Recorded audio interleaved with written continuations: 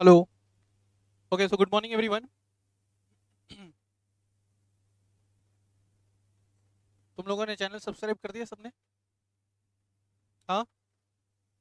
Okay, चलिए start करते हैं क्लास। लास्ट क्लास में क्या पढ़ रहे थे अपन? हाँ, टाइप्स ऑफ कंपनीज पढ़ रहे थे I think. Types of companies में क्या पढ़ रहे थे भाई? टाइप्स ऑफ कंपनीज में हम लोगों ने पढ़ा था।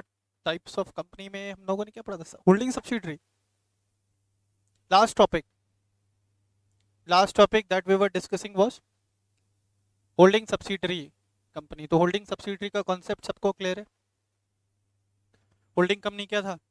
जिसके एक या एक से अधिक सब्सिडरी कंपनीज हो। ठीक है, जिसके एक या एक से अधिक सब्सिडरी कंपनी, फिर केसेस हो सकता है अगर एक कंपनी क्या करे, majority of voting rights hold करे। नॉट शेयर्स, शेयर्स जो बोलेगा पिटाई कर दूंगा मैं। हाँ, majority of voting rights hold करे, किसमें? इन दी अदर कंपनी। तो जो company majority of voting rights hold कर रही है that company will be a holding company. जिस कंपनी में होल्ड कर रही है that company will be a subsidiary company. Okay, apart from this कोई और चीज़ जो अपन ने डिस्कस किया हो? हाँ, या जो मेजोरिटी ऑफ शेयर्स होल्ड करे या मेजोरिटी ऑफ डायरेक्टर्स अपॉइंट करे। फिर और भी चीज़ें मैंने बताई थी। Holding subsidiary relationship two layers of companies तक हो सकता है। देन व्हाट एल्स सब्सिडरी का subsidiary is also called as holding का सब्सिडरी। देन और भी कुछ बताया था? होल्डिंग कंपनी जैसा होगा सब्सिडरी भी वैसा ही होगा। या सुनो, वहां पे मैंने एक पॉइंट लिखवाया था तुमको, any private company which is a subsidiary of public company shall also be deemed to be a public company. कोई और चीज जो हम लोगों ने डिस्कस किया रहे? कोई और चीज जो हमने डिस्कस किया था? ओके, तो होल्डिंग सब्सिडरी पढ़ने के बाद now moving on to the next type of company that is associate company. Moving on to the next type of company, तो वो है एसोसिएट कंपनी। लिख लोगे सब लोग?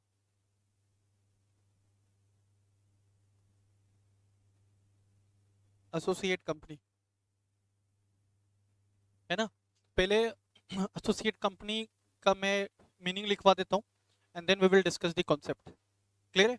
Okay, right down. मैं डिक्टेट करवाता हूँ, लिखिए। Associate company, associate company in relation to other company, associate company in relation to other company means means a company means a company in which means a company in which that other company means a company in which that other company has a in which that other company significant has a significant influence has a significant influence but which is not a subsidiary company,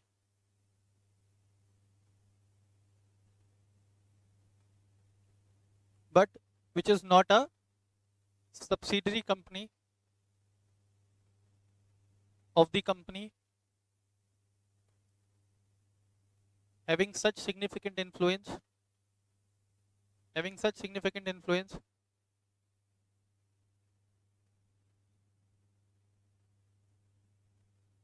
and it also includes and it also includes a joint venture company and it also includes a joint venture company। ठीक है, done. अब समझना, इसको समझने की कोशिश करो। क्या लिखा तुमने? Associate company. किसी दूसरे कंपनी के रेफरेंस में एसोसिएट कंपनी का मतलब, या किसी कंपनी के रेफरेंस में एसोसिएट कंपनी का मतलब, अगर एक कंपनी दूसरे कंपनी पे सिग्निफिकेंट इन्फ्लुएंस एक्सरसाइज कर रही है, अगर एक कंपनी मान लो ए लिमिटेड, बोला अगर ए लिमिटेड बी लिमिटेड पे,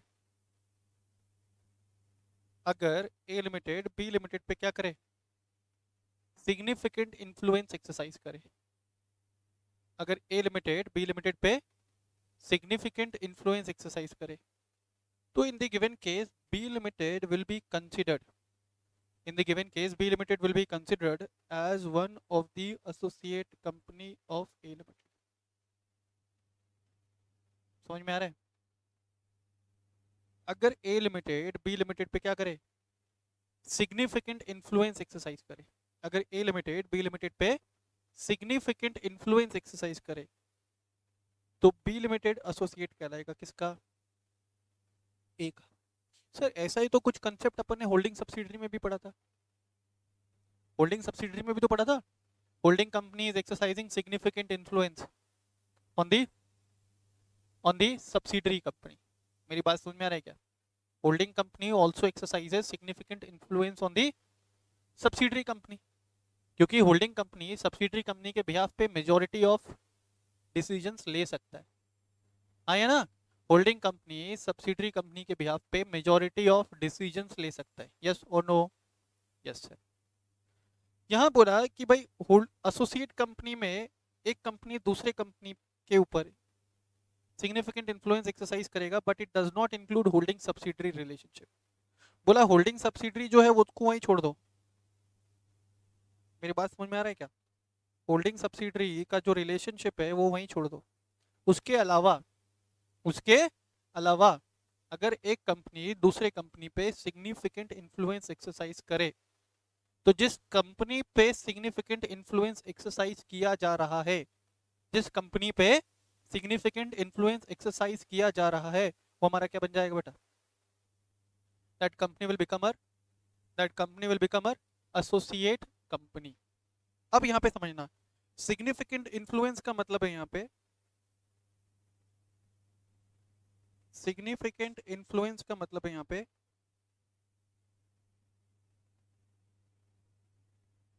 20% और मोर वोटिंग राइट्स। सिग्निफिकेंट इन्फ्लुएंस का क्या मतलब है? 20% और मोर वोटिंग राइट। अच्छा मुझे बताओ होल्डिंग सब्सिडरी कब बनता था?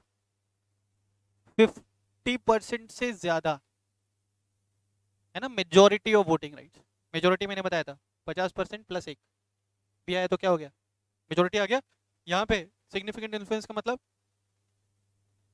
यहाँ पे सिग्निफिकेंट इन्फ्लुएंस का मतलब 20% और मोर वोटिंग राइट्स। तो क्या बोले देखना, अगर एक कंपनी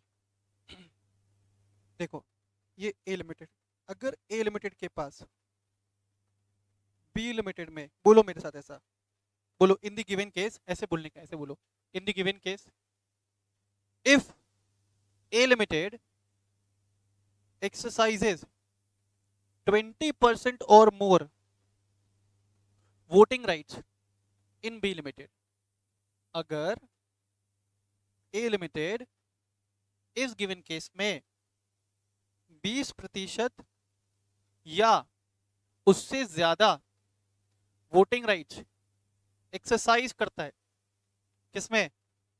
बी लिमिटेड में, तो B limited will be considered as associate company of A limited, है ना? तो देखो एसोसिएट कंपनी का जो रिलेशनशिप चलेगा ना वो ऐसे चलेगा, 20% से लेकर के 50% तक, है ना? क्योंकि बेटा जैसे ही 50% को एक्सीड होगा, या सुनो बोलो, जैसे ही 50% को एक्सीड करेगा, जैसे ही 50% को एक्सीड करेगा वो क्या बन जाएगा बेटा? वहां पे रिलेशनशिप हो जाएगा उनके बीच में, किस चीज का? Holding and subsidiary company.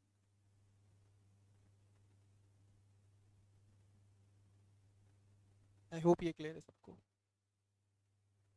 ठीक है, आई होप ये क्लियर है। कॉपी करिए, पहले यहाँ तक कॉपी करिए।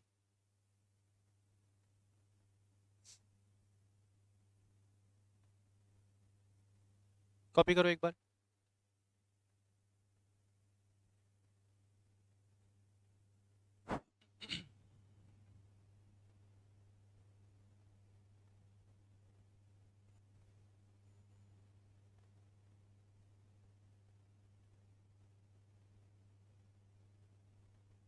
सरल शब्दों में अगर समझना चाहो तो अगर एक कंपनी दूसरे कंपनी में 20% या उससे ज़्यादा वोटिंग राइट्स होल्ड कर रहा है, तो जिस कंपनी में 20% से ज़्यादा वोटिंग राइट्स एक्सरसाइज कर रहा है, that company will be considered as the associate company.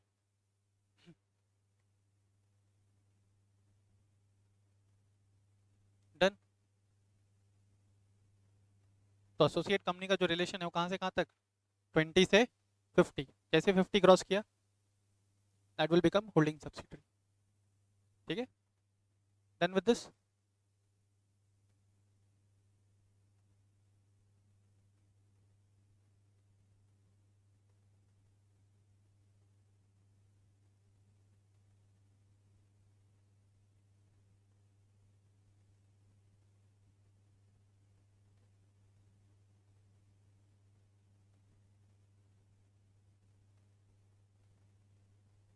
हो गया सभी लोगों को। अब आगे देखो, फिर बोला it also includes a joint venture company.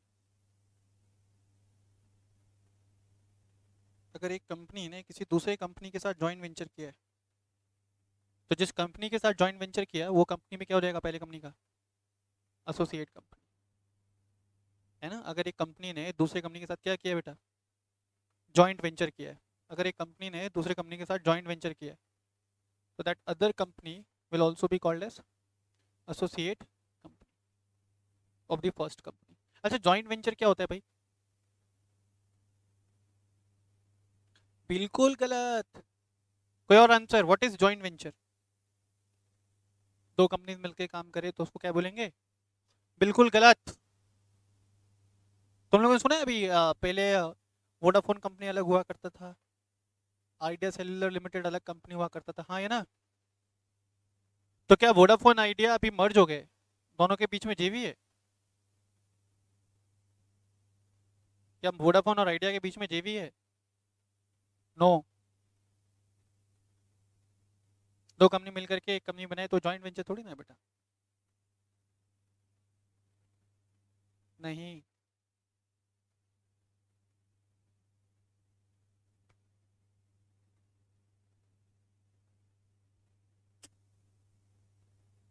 What is joint venture? बोलो। तो देखो जॉइंट वेंचर में क्या होता है समझना।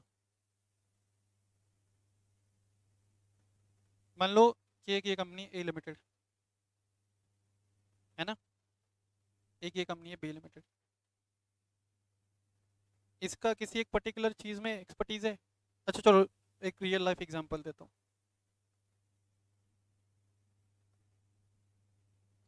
ये कंपनी का नाम तो सुना ही होगा, मारुति सुजुकी, सुना है? ये क्लासिक एग्जांपल है जेवी का। अब यहाँ पे दो कंपनी का जेवी है, पहला है मारुति इंडिया लिमिटेड, है ना, और दूसरा जो कंपनी है सुजुकी,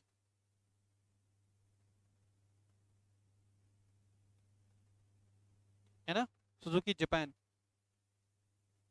ये दो कंपनीज है, Maruti India limited and Suzuki Japan. अब इन दोनों ने मिलकर के एक नई एंटिटी बनाई,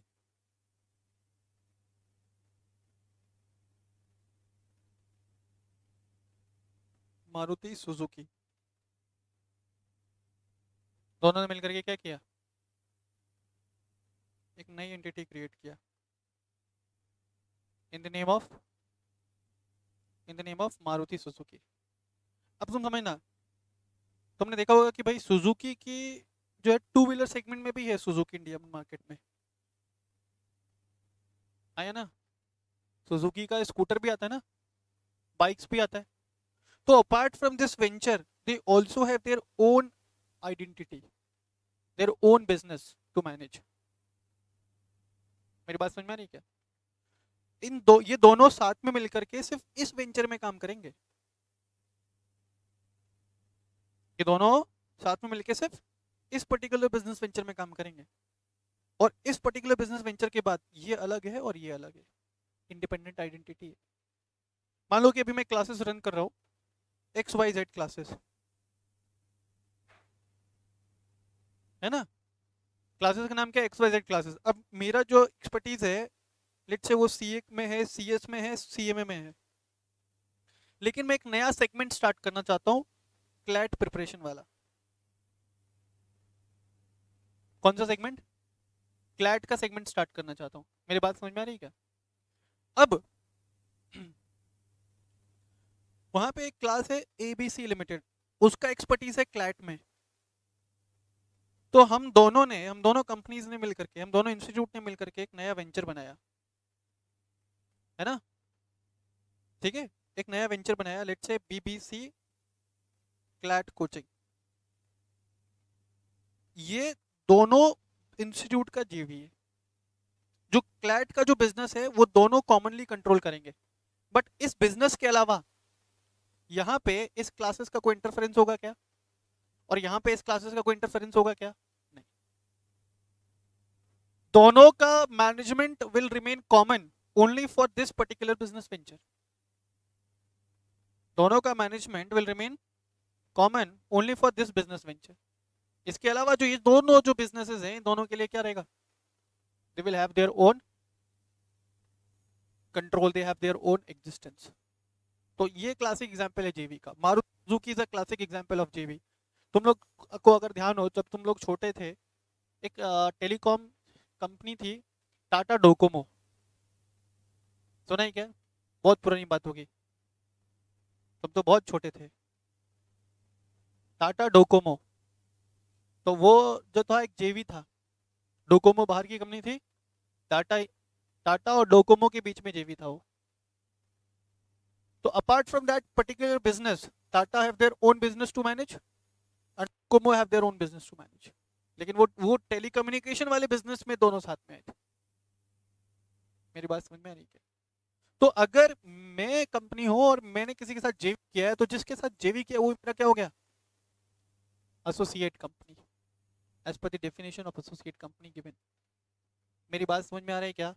तो एसोसिएट कंपनी का मतलब, अगर एक कंपनी दूसरे कंपनी पे क्या करे, बोलो मेरे साथ, अगर एक कंपनी दूसरे कंपनी पे सिग्निफिकेंट इन्फ्लुएंस इन्फ्लुएंस एक्सरसाइज करे, तो जिस कंपनी पे सिग्निफिकेंट इन्फ्लुएंस एक्सरसाइज किया जा रहा है, वो कंपनी हमारा क्या बन जाएगा बेटा? एसोसिएट कंपनी बन जाएगी। That company will become our associate company. I hope ये सबको क्लियर है। हम जिस पे सिग्निफिकेंट इन्फ्लुएंस एक्सरसाइज करेंगे, that company will become our associate company, and it will also include a joint venture. Clear है? समझ में आ रहा है? चलो आगे। ओके, ये JV का जो मैंने एग्जांपल दिया ना, प्लीज कॉपी कर लेना, और मैंने जो एक्सप्लेन किया वो भी एक बार लिखना। At least you should know the concept of JV। JV दो टाइप का हो सकता है, चलो वो सब डिटेल में जाने की जरूरत नहीं है अभी, बस आप JV का कंसेप्ट लिख लो।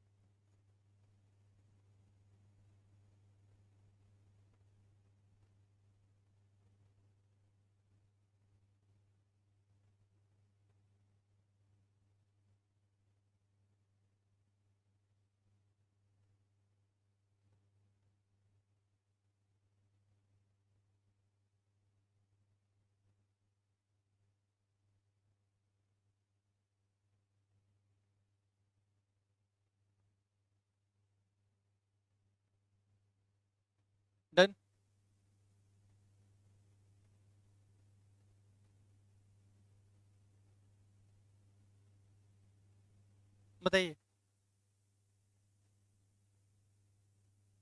Done with this? चलो आगे। चलो अब आगे अपन नेक्स्ट कॉन्सेप्ट पे आते हैं। Associate company is over. Now moving on to next concept, that is government company.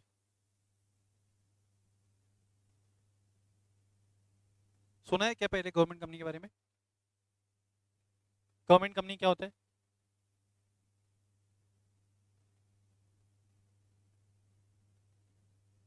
जिसका ओवरऑल डुस, very good, overall control, control बोलने में तेरे को इतना सोचना पड़ा है। हाँ, और जिसका ओवरऑल कंट्रोल गवर्नमेंट के पास होता है। कोई और स्टूडेंट? वेरी गुड, बिल्कुल गलत गलत बोल रहा है। कोई और बच्चा? देखिए, सुनना ध्यान से। गवर्नमेंट कंपनी मीन्स, मीन्स का मतलब क्या होता है बेटा? मैंने बताया था डेफिनेशन कितने टाइप के, दो टाइप के, exhaustive and inclusive. Exhaustive definition किससे स्टार्ट होता था? मीन्स। तो यहाँ पे मैंने बोला मीन्स मतलब जो बोलूंगा ना सिर्फ वही गवर्नमेंट कंपनी होगा, उसके अलावा government company means a company in which at least 51% of paid up capital is held by, in which 51% of paid up capital is held by CG, CGA central government, or SG state government, or combination of both. Government company means a company जिसके अंदर at least 51% of paid up capital is held bye either central government और state government और combination of both. क्या मतलब इसका? तो देखना है यहाँ पे, government company means a company in which at least 51% of paid up capital is held by either central government और state government। एक ऐसा कंपनी है जिसमें कम से कम 51% ऑफ पेड अप कैपिटल किसके पास है? या तो सेंट्रल गवर्नमेंट के पास है, या स्टेट गवर्नमेंट के पास है, या सेंट्रल गवर्नमेंट और स्टेट गवर्नमेंट मिलाकर। बोलो ऐसा, या तो सेंट्रल गवर्नमेंट के पास है, या स्टेट गवर्नमेंट के पास है, या सेंट्रल गवर्नमेंट और स्टेट गवर्नमेंट दोनों मिलाकर। अब यहाँ पे देखो वर्ड मैंने लिखा है 51%, बच्चा एग्जाम में लिखता है मेजोरिटी, तो गलत हो जाता है आंसर। तुम समझ रहे? जब आप लॉ पढ़ रहे हो, जहाँ पे मेजोरिटी वर्ड लिखा है वहाँ पे मेजोरिटी ही आएगा, और जहाँ पे 51% लिखा है वहाँ पे 51% ही आएगा, क्योंकि मैंने आपको बताया पिछले क्लासेस में difference between majority and 51%। Is it clear? यहाँ डेफिनेशन में 51% बोला है, तो बच्चा मेजोरिटी लिखेगा तो सही होगा क्या? नहीं, तो यहाँ पे आप मेजोरिटी वर्ड यूज करोगे तो गलत हो जाएगा। Is it clear? तो देखो एक एग्जांपल, मानो एक कंपनी है ए लिमिटेड, उसका शेयर होल्डिंग पैटर्न कुछ इस तरीके से, 12% शेयर है उसमें, पेड अप शेयर है, पेड अप कैपिटल उसके पास, उसमें राजस्थान गवर्नमेंट के पास,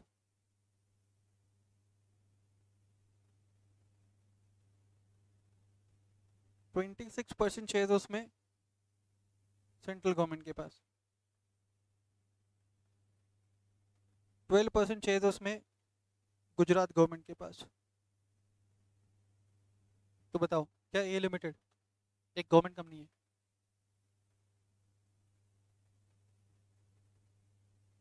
तो यहाँ पे देखोगे भाई सेंट्रल गवर्नमेंट और स्टेट गवर्नमेंट मिला करके भी क्या 51 हो रहा है? 26 प्लस 12, 36 प्लस 12 कितना हो रहा है? 36 प्लस 12 50 कैसे हो जाएगा? 26 और 12 38 हुआ ना, 38 और 12 50 हुआ है ना? कितना परसेंट है? 50% है।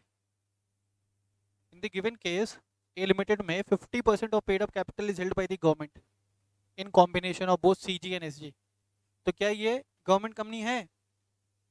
Whether this company is a government company?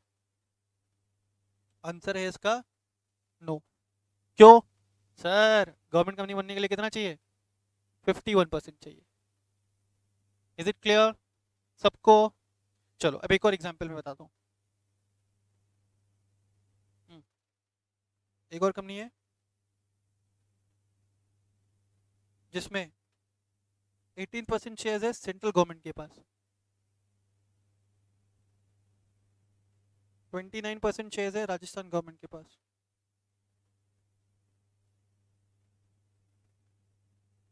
22% shares है महाराष्ट्र गवर्नमेंट के पास।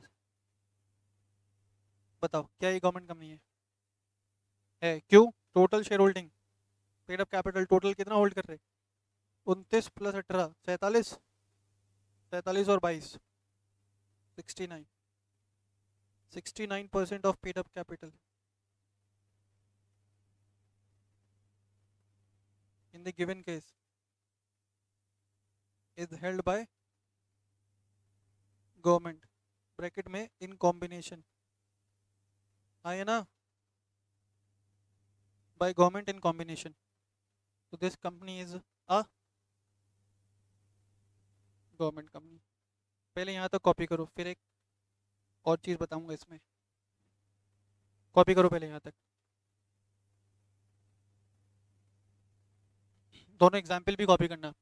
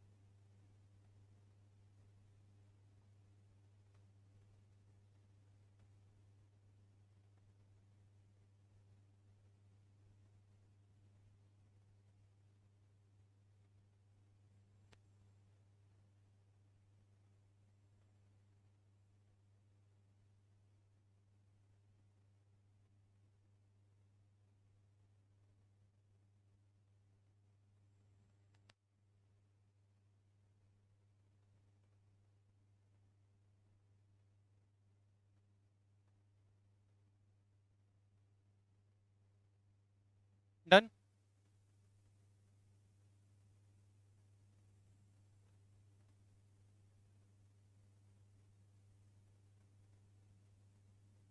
Done with this?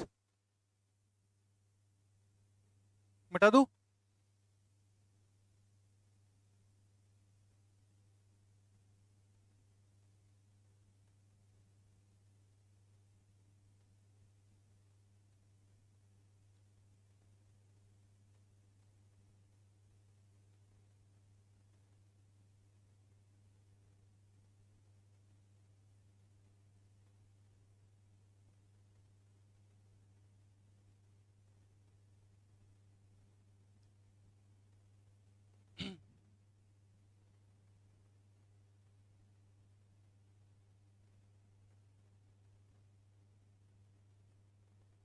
हो गया?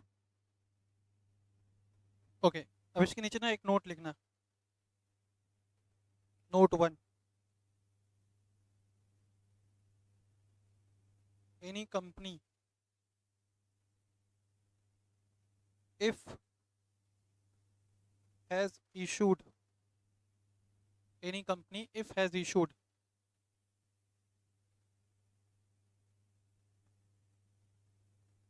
equity shares with DVR, any company if has issued equity shares with DVR,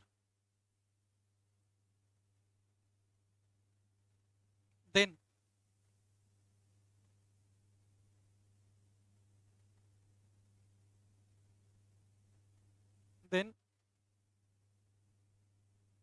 the word paid up capital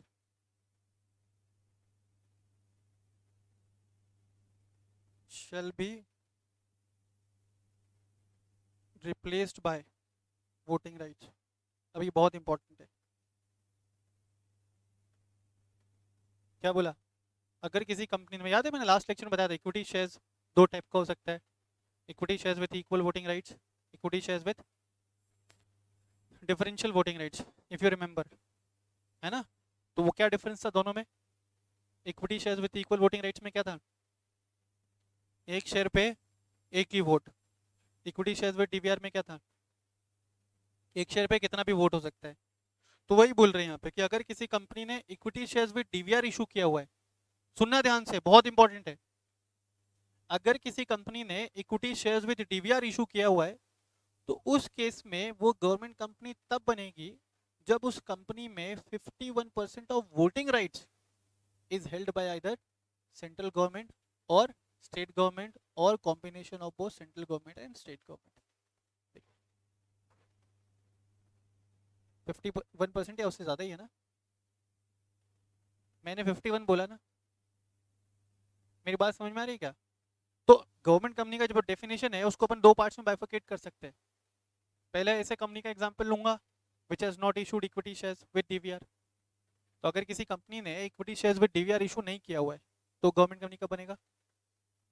when 51% of the paid up capital is held by central government और state government और combination of both central government and state government. लेकिन अगर किसी company ने equity shares with DVR issue किया हुआ है, अगर किसी कंपनी ने equity shares with DVR issue किया हुआ है तो गवर्नमेंट कंपनी कब बनेगा? when at least 51% of the paid up capital is held 51% of the voting rights is held by either CG, SG और combination of both। तो आपको चेक करना पड़ेगा, गवर्नमेंट कंपनी का स्टेटस डिटरमाइन करने के लिए अपन को चेक करना पड़ेगा। क्या चेक करो कि क्या कंपनी ने equity shares with DVR issue किया हुआ है, अगर हाँ तो 51% वोटिंग राइट्स, अगर ना तो 51% of the paid up capital. Is it clear सबको? चलिए अब इसके नीचे एक और नोट लगा लो,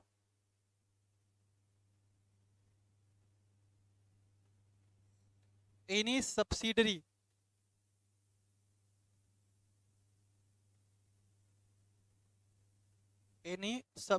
company of a government company, any subsidiary company of a government company shall also be called as government company।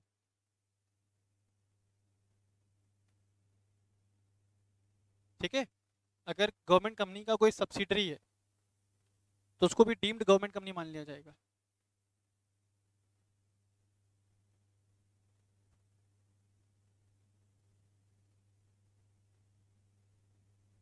तो भी उसको गवर्नमेंट कंपनी मान लोगे। लास्ट क्लास में मैंने बताया था जैसे पिताजी वैसे आप। तो अगर कोई कंपनी है जो सब्सिडरी कंपनी है किसकी? गवर्नमेंट कंपनी की, तो उसको भी क्या मान लूंगा मैं? Government company. क्लियर है? फिर यहाँ पे एक और मुद्दा आ सकता है, whether employees of government company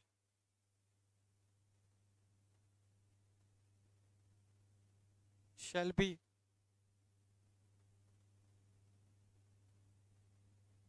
considered as government employee। क्या गवर्नमेंट कंपनी के एम्प्लॉयज को मैं गवर्नमेंट एम्प्लॉय बोल सकता हूँ? क्या गवर्नमेंट कंपनी के एम्प्लॉयज को मैं गवर्नमेंट कंपनी बोल सकता हूँ? आंसर इज, बोलिए, आंसर होगा इसका नो। भाई गवर्नमेंट कंपनी में बेसिकली प्राइवेट या पब्लिक हो सकती है।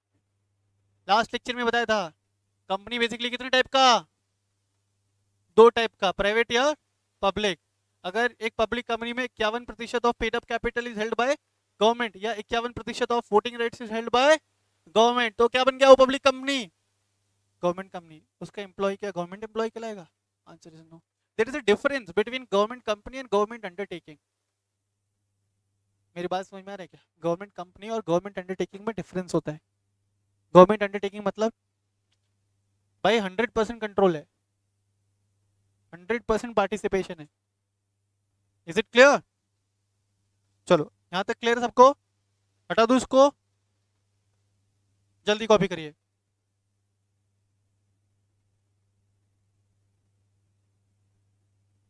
अच्छा, now I am giving you 2 minutes. अभी तक जितने भी टाइप्स ऑफ कंपनीज मैंने पढ़ा है ना, उसको एक बार स्कैन करो। देखो अभी तक मैंने जो भी चीजें पढ़ाई हैं, सबको सारी चीजें क्लियर है क्या?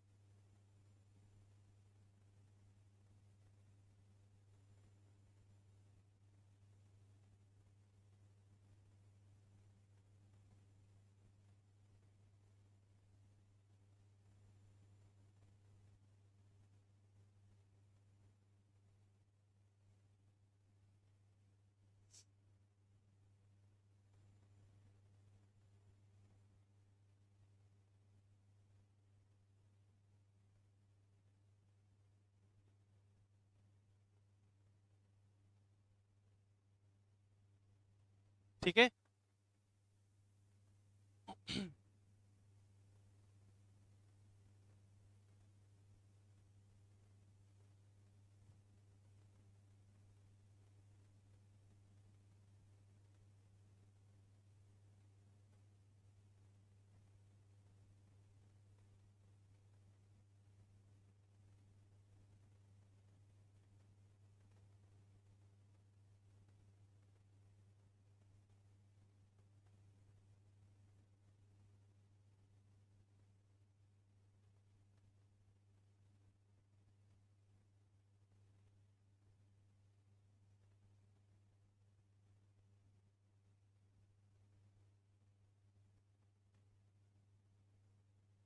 डन।